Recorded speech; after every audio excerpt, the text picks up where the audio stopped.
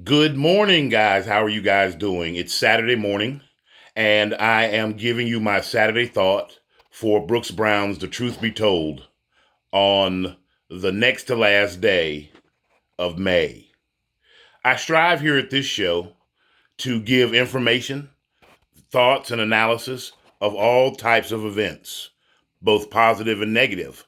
But I always try to put a positive spin on everything because life's too short to be engaged in negativity. Please reach me at ttbt0709 at gmail.com for your questions, concerns, and comments.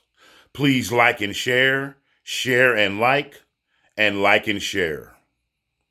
Now, guys, as I said, I am consumed with positivity and not negativity. But let me get into this subject. George Floyd was 44 years old, and he's dead now for passing a counterfeit $20 bill. The nation is in an uproar. The nation is feeling itself right now. We have protests and riots from coast to coast.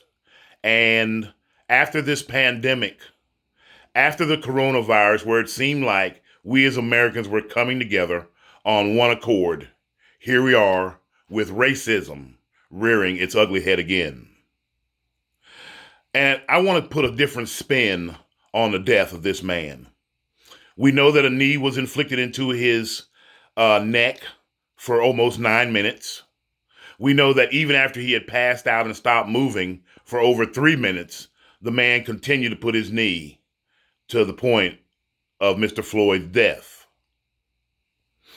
That in itself is sad, and our prayers go out to he and his family. Everything is not always racism. Everything is not always racism. I don't know what the cause of this death was. Was it racism? Was it a vendetta, being that the two had worked together previously? Or was it an officer who improper training? I think a lot of these instances that we see nowadays doesn't have anything to do with race. It has to do with the wrong people having the wrong job. Don't get me wrong. There are bad cops all over the world. There are bad chefs all over the world. There are bad nurses all over the world. There are bad secretaries all over the world. But please make me understand. Help me understand why looting, rioting, burning downs of restaurants and malls and people's places of business after this pandemic, when people are already struggling, tell me how that brings Mr. Floyd back or brings any justice or any change. When has violence ever brought real change?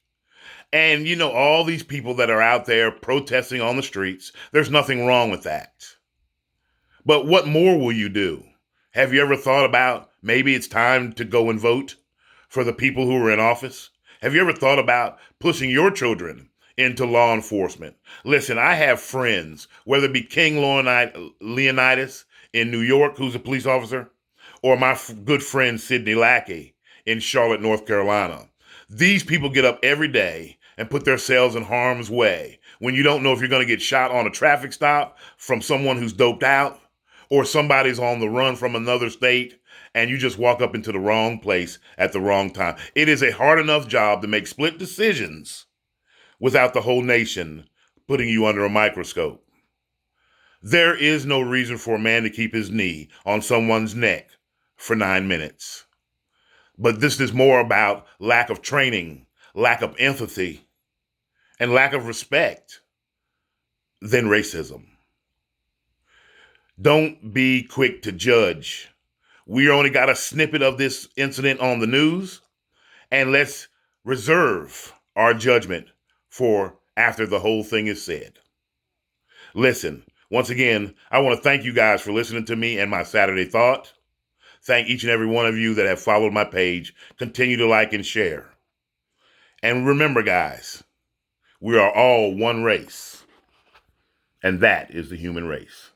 I love you guys. I'll see you Wednesday night at 7 o'clock p.m. for the Truth Be Told via Facebook Live. Also, don't forget I am now on YouTube, and check out my Instagram account. I love you guys. You guys have a blessed weekend, and I'll talk to you on Wednesday night. Peace.